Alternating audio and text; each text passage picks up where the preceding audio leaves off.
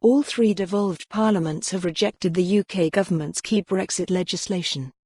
In an unprecedented move, Scotland, Northern Ireland and Wales refused to consent to the EU Withdrawal Bill, the first time all three have rejected legislation affecting devolved matters.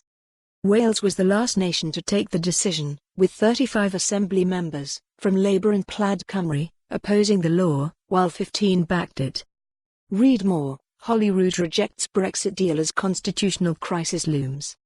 First Minister for Scotland, Nicola Sturgeon, described the situation as unprecedented and momentous. She added, "For the UK to ignore that reality will simply demonstrate how broken the Westminster system is." Brexit Secretary Stephen Barclay had appealed to Welsh ministers not to vote the bill down, saying it respected the result of the 2016 referendum when Wales voted to leave. However, First Minister for Wales, Mark Drakeford, said the law unilaterally rewrites the way devolution works in his country. The legislation is currently passing through the UK Parliament. The government lost 3 votes in the House of Lords on the legislation on Tuesday.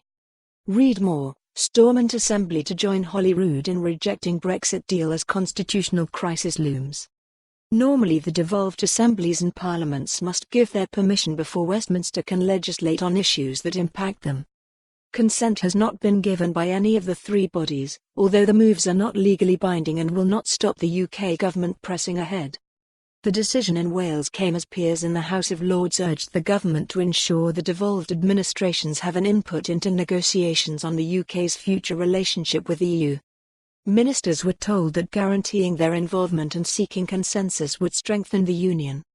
The call came as the House of Lords continued its scrutiny of Boris Johnson's Brexit deal, on which peers have already inflicted 3 defeats.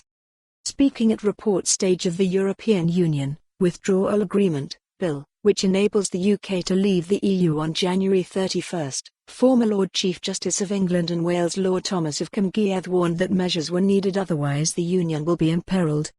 Read more. Executives in key Scottish sectors voice Brexit fear.